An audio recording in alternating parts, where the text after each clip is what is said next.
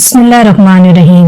ये किस्सा है इराक के शहर बाबुल का, जहाँ एक खिजर नामी लड़का अपनी बूढ़ी माँ के साथ रहता था। उसकी बूढ़ी माँ अपनी जिंदगी की आखिरी सांसें गिन रही थी। वो लोग बहुत ज्यादा अमीर भी नहीं थे। वो लड़का सारा दिन मेहनत मजदूरी करता, शाम को उसे जो भी पैसे मिलते उनमें से वो अपनी माँ के लिए दवा और 2 वक्त का खाना ले जाता। वो अपनी माँ के दिलो जान से खिदमत कर रहा था। उसने अपनी बूढ़ी माँ का इलाज करवाने की कोशिश की, लेकिन उसकी माँ की हालत दिन ब दिन खराब होती जा रही थी। एक शाम वो अपनी माँ के पास बैठा था। उसकी माँ उसको नसीहत करने लगी, बेटा ये दुनिया बहुत जालिम है, इनसे बच कर रहना। तुम्हारे बाप का साया पहले ही तुम्हारे सर पर नहीं है और मेरा भी कोई भरोसा नहीं कि कब आंखें बंद कर जाऊं। इस शहर में हमारा कोई और रिश्तेदार भी नहीं है, इसलिए तुम्हें बहुत ज्यादा मोहतात रहना होगा। जायदाद के नाम पर हमारे पास एक खस्ता हाल झोंपड़ी के अलावा और कुछ नहीं है। बेटा मुझे माफ कर देना, मैं तुम्हारे लिए कुछ नहीं कर सकी और शायद मैं तुम्हारी शादी भी ना देख सकूं। मेरे बाद तुम्हारी खुशियों में शामिल होने वाला कोई भी रिश्तेदार नहीं होगा। तुम बहुत अकेले हो जाओगे। तुम्हें आजमाइशों का मुकाबला डट कर करना होगा। मैं तुमसे राजी हूँ बेटा। माँ की नसीहतें सुनकर खिजर आबदीदा हो गया और माँ के कदमों में गिर कर रोने लगा। और कुछ ही दिन के बाद उसकी माँ का इंतकाल हो गया। इसकी माँ की मैयत पर उसके सिवा रोने वाला और कोई नहीं था। आस पड़ोस के लोग कुछ ताजियत के लिए इसके घर आए। उसके हमसाए में एक लोहार की बेटी रहती थी, जिसने उसकी माँ को गुस्ल दिया। और गुर्बत का ये आलम था कि जिस लिबास में उसकी वालदा फौत हुई थी, उसने उसी लिबास में उसको दफना दिया। वालदा की आखिरी रसूमात अदा करके अफसुर्दा हालत में वो घर लौट आया। घर में इसका पुरसाने हाल दरियाफ्त करने वाला और कोई नहीं था। जो 1-2 रिश्तेदार थे और उसकी वालदा के जनाजे पर आए थे, वो कब्रिस्तान से ही वापस अपने घर को लौट गए। उसको रोने के लिए किसी का कांधा भी मुयस्सर नहीं था। सारी रात उसने कुछ न खाया। अगले दिन लोहार और उसकी बेटी उसके लिए खाना लेकर आए। लोहार उसे कहने लगा कि बेटा तुम अपने आप को अकेला मत समझना, हम तुम्हारे साथ हैं। तुम मेरे बेटे जैसे हो, तुम्हें किसी भी चीज की जरूरत हो बिला झिझक तलब कर सकते हो। इतना कहकर वो अपने घर चले गए। खिजर ने अफसुर्दा हालत में खाना खाया और दरख्त के नीचे बैठकर वालदा की बातों को याद करके आबदीदा होने लगा। आज उसे बहुत अकेलापन महसूस हो रहा था। घर में जब गुर्बत के साए मंडला रहे हों तो करीबी रिश्तेदार भी साथ छोड़ जाते हैं। वो खुद की ढारस बन जाते हुए कहने लगा, मुझे अपनी माँ की नसीहतों पर अमल करना चाहिए। मुसलसल अफसुर्दगी इंसान को तोड़ देती है। मुझे अपने आप को मजबूत बनाना चाहिए। उसके साथ ही वो कपड़े झाड़ कर उठा, अपने घर को ताला लगाया और मेहनत मजदूरी करने के लिए निकल गया। आज वो बहुत दिनों के बाद काम के लिए निकला था। थोड़ी देर बाद वो बाबुल के एक बड़े बाजार के अंदर पहुंचा। बाजार के अंदर एक ताजिर का सामान पड़ा हुआ था। ताजिर उस सामान को गोदाम के अंदर पहुंचाने के लिए किसी मजदूर की तलाश में इधर उधर देख रहा था। ताजिर की नजर जब खिजर पर पड़ी तो उसने फौरन खिजर को आवाज दी। खिजर फौरन उसके पास पहुंचा। ताजिर ने उससे कहा, क्या तुम मेरा सामान गोदाम के अंदर रख दोगे? खिजर ने सामान की तरफ देखा और कहा कि ये सामान बहुत ज्यादा है। मैं इस सामान को गोदाम के अंदर ले जाने के लिए आपसे 3 दिनार मुआवजा लूंगा। ताजिर खिजर की बात सुनकर सोच में पड़ गया। फिर कहने लगा, ठीक है, मैं तुम्हें इस काम का 3 दिनार मुआवजा दूंगा। खिजर एक ताकतवर और फुर्तीला इंसान था। उसने कुछ ही देर में सारा सामान गोदाम के अंदर पहुंचा दिया। सामान गोदाम के अंदर पहुंचाने के बाद जब उसने ताजिर से अपना मुआवजा मांगा, ताजिर हैरान रह गया और सोच में पड़ गया कि इतनी जल्दी उसने सारा सामान अंदर कैसे रख लिया। ताजिर को ऐसा लगने लगा जैसे उसने इस काम के लिए ज्यादा मुआवजा तय कर लिया है। वो खिजर से कहने लगा, मैं तुम्हें इस काम का मुआवजा सिर्फ 2 दिनार दे सकता हूँ। खिजर ने अपने माथे से पसीना साफ करते हुए कहा, ऐ ताजिर, तुम बेईमानी से काम ले रहे हो। तुमने जो जबान मेरे साथ की थी उसको पूरा नहीं कर रहे। मेरा मुआवजा मुझे दे दो, वरना मैं पूरे बाजार के अंदर तुम्हारी असलियत सबके सामने रख दूंगा। ताजिर के दिल में फौरन डर पैदा हो गया कि अगर इस लड़के ने बाजार में मेरा पोल खोल दिया तो मेरी साख को बहुत नुकसान पहुंचेगा और कोई भी मेरे साथ कारोबार नहीं करेगा। लेकिन फिर उसके जहन में एक शैतानी तरकीब सूझी, जिस पर वो मुस्कुराने लगा। उसने खिजर पर चोरी का इल्जाम लगा दिया और जोर जोर से बाजार में शोर करने लगा, लोगों देखो, इस लड़के ने मेरे गोदाम से चोरी की है, उसे पकड़ लो। बाजार में खड़े ताजिर और राहगीर खिजर की तरफ देखने लगे। खिजर को ताजिर की हरकत पर बहुत गुस्सा आया। उसने ताजिर के मुंह पर मुक्का मारा और वहां से भाग निकला। ताजिर दिल में सोचने लगा, मेरा काम भी निकल गया और मुआवजा भी नहीं देना पड़ा।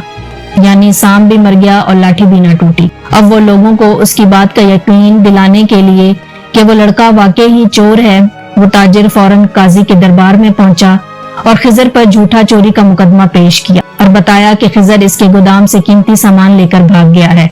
काजी ने अपने सिपाहियों को खिजर को गिरफ्तार करने के लिए भेजा, लेकिन खिजर मंजर से गायब रहा और पकड़ा ना जा सका।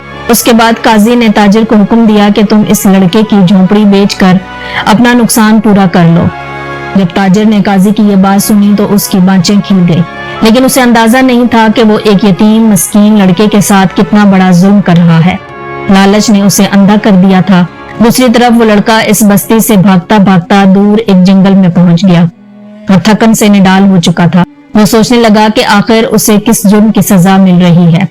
उसकी वालदा की बातें सारी सच साबित हो रही थी कि दुनिया वाकई ही बहुत जालिम है और ये यतीमों और मिस्कीनों का माल भी हड़प कर जाती है। मुसलसल पैदल चलने की वजह से खिजर भूख और थकन से निढाल हो चुका था। वो खाने की तलाश में इधर उधर भटकने लगा, लेकिन उसे जंगल में खाने के लिए कुछ ना मिला। चलते चलते वो जंगल के वसत में पहुंच गया, जहां उसे गार नजर आया जिसके अंदर रोशनी जल रही थी। रोशनी देखकर उसे कुछ उम्मीद नजर आई। वो फौरन गार के अंदर दाखिल हुआ। गार के अंदर एक सफेद दाढ़ी वाला बुजुर्ग बैठा था। बुजुर्ग ने इस लड़के से पूछा, बेटा क्या तुम रास्ता भटक गए हो? लड़के ने जवाब दिया, नहीं बाबा जी, मैं अपनी जान बचाते बचाते यहाँ पर पहुंचा हूँ। बुजुर्ग ने उसे कहा, बेटा तुम बहुत थके हुए लग रहे हो, यहाँ मेरे पास बैठ जाओ, तुम्हें भूख भी लगी होगी। बुजुर्ग ने फौरन उसे खाने के लिए कुछ पेश किया। खिजर ने खाना खाया। फिर बुजुर्ग ने उसे पूछा, बेटा मुझे बताओ तुम्हारी क्या परेशानी है? बुजुर्ग ने जब इतनी शफकत से खिजर से परेशान होने की वजह पूछी तो खिजर रोने लगा और दुखी अंदाज में बुजुर्ग को अपनी दास्तान सुनाने लगा कि उसकी माँ के फौत होने के बाद काम के सिलसिले में जब वो एक बाजार में गया तो किस तरह एक ताजिर ने उससे काम करने के बाद मुआवजा देने से इनकार कर दिया और फिर इस पर चोरी का इल्जाम लगाकर वहां से भागने पर मजबूर कर दिया और काजी की अदालत में जाकर इस पर झूठा केस करके उसकी झोंपड़ी पर भी कब्जा कर लिया। जिसके बाद काजी के सिपाहियों से बचने के लिए वो जंगल में पहुंच गया। बुजुर्ग ने जब खिजर की आप बीती सुनी तो शफकत से उसके सर पर हाथ फेरा और कहने लगा कि बेटा ये दुनिया लालच में इस कदर अंधी हो चुकी है कि यतीमों का माल हड़प करने से भी गुरेज नहीं करते। ये लोग खुदा के अजाब को दावत दे रहे हैं। तुम फिक्र नहीं करो, सब कुछ अल्लाह पर छोड़ दो, तुम्हें सबका बदला जरूर मिलेगा। मेरी दुआएं तुम्हारे साथ हैं, तुम साबित कदम रहो। जुल्म जब हद से बढ़ता है तो मिट जाता है। खिजर ने ये रात वहां पर बुजुर्ग के साथ गुजारी। सुबह खिजर ने बुजुर्ग के साथ नमाज पढ़ी और फिर उनसे इजाजत तलब करने लगा। बुजुर्ग ने खिजर को बताया कि अब तुम इस बस्ती में वापस हरगिज ना जाना, तुम पर झूठा इल्जाम है, वो तुम्हें पकड़कर तुम्हारे साथ कुछ भी गलत कर सकते हैं। इस जंगल से बाहर एक दूसरी बस्ती है, तुम वहां पर चले जाओ, वहां तुम्हें रोजगार भी मिल जाएगा। खिजर ने बुजुर्ग का शुक्रिया अदा किया और बस्ती की तरफ रवाना हो गया और इस बस्ती में पहुंचकर वहां के बाजार में मेहनत मजदूरी करने लगा। यूं ही वक्त गुजरता रहा। दूसरी तरफ वो ताजिर जिसने खिजर के साथ जुल्म किया था खुदा की पकड़ में आ गया। उसका सारा सामान आग लगने की वजह से जल गया। जो सामान उसने कुछ ताजिरों से उधार लिया था, उन ताजिरों ने उसका घर बेचकर अपनी रकम वसूल की। वो बिल्कुल गरीब हो चुका था और खाने पीने के लाले पड़ गए थे। इसकी बीवी भी उसको छोड़कर चली गई। वो ताजिर जिसका बाजार में सिक्का चलता था, आज इसी बाजार में भीख मांगने के लिए मारा मारा फिरने लगा। वो अर्श से फर्श पर गिरा दिया गया था। अब उसे एहसास होने लगा था कि उसके साथ जो कुछ भी हो रहा है उसके अपने गुनाहों का नतीजा है। उसने ना सिर्फ इस गरीब मजदूर का मुआवजा खाया था, बल्कि उसका माल भी हड़प कर लिया था, जिसकी सजा खुदा ने उसे इसी दुनिया में ही दे दी थी। वो ताजिर बिल्कुल तन्हा हो चुका था। इसमें इतनी ताकत नहीं थी कि वो मजदूरी कर सके, इसलिए वो मजबूरन भीख मांगने लगा। कुछ लोग उसे भीख दे देते थे और कुछ उसे धुतकार देते। एक दिन यूं ही वो भीख मांगता मांगता दूसरी बस्ती जा पहुंचा। बस्ती के अंदर वो एक बड़े बाजार में दाखिल हुआ और एक बड़े ताजिर की दुकान के सामने खड़ा हुआ। वो अल्लाह के नाम पर मांगने लगा। ताजिर ने जब भिखारी को सदा बुलंद करते हुए सुना तो फौरन अंदर से बाहर आया और उसकी हथेली पर 3 दिनार रखे। भिखारी ने जब 3 दिनार देखे तो सोचने लगा कि यह ताजिर बहुत सखी है।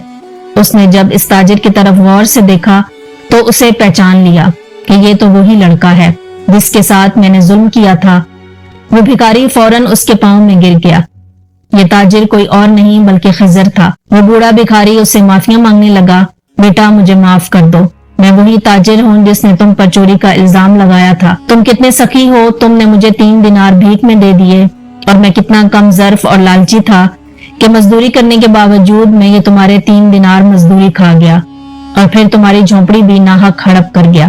آج میرا سب کچھ برباد ہو چکا ہے، میری دنیا لٹ چکی ہے، لیکن میں یہ نہیں چاہتا کہ میری آخرت بھی برباد ہو جائے، اور خدا مجھے تب تک معاف نہیں کرے گا جب تک تم مجھے معاف نہیں کرو گے۔ وہ بوڑھا فوراً اس کے پیروں میں گر گیا۔ وہ بوڑھا اسے معافی طلب کرنے لگا۔ خضر نے اس بھکاری کو قدموں سے اٹھا کر گلے سے لگا لیا اور کہنے لگا، بابا جی میں نے آپ کو معاف کیا، میرے پیروں میں یوں گر کر مجھے گنہگار نہ کرے۔ خضر نے نہ صرف اس بھکاری کو معاف کر دیا بلکہ اسے اپنے پاس کام پر بھی رکھ لیا۔ خضر نے وہ جھونپڑی بھی دوبارہ خرید لی جو اس تاجر نے کسی کو بیچ دی تھی۔ اس کے بعد وہ اپنے ہمسائے کے گھر گیا اور لوہار سے اس کی بیٹی کا ہاتھ مانگا۔ لوہار نے اپنی بیٹی کی شادی خضر سے طے کر دی اور اب وہ ہنسی خوشی زندگی گزارنے لگے۔ پیارے دوستوں، اس کہانی سے ہمیں یہ بہت اہم سبق ملتا ہے کہ یتیم کا مال کھانا نہ صرف ایک سنگین گناہ ہے بلکہ اس کا انجام بھی بہت بھیانک ہوتا ہے۔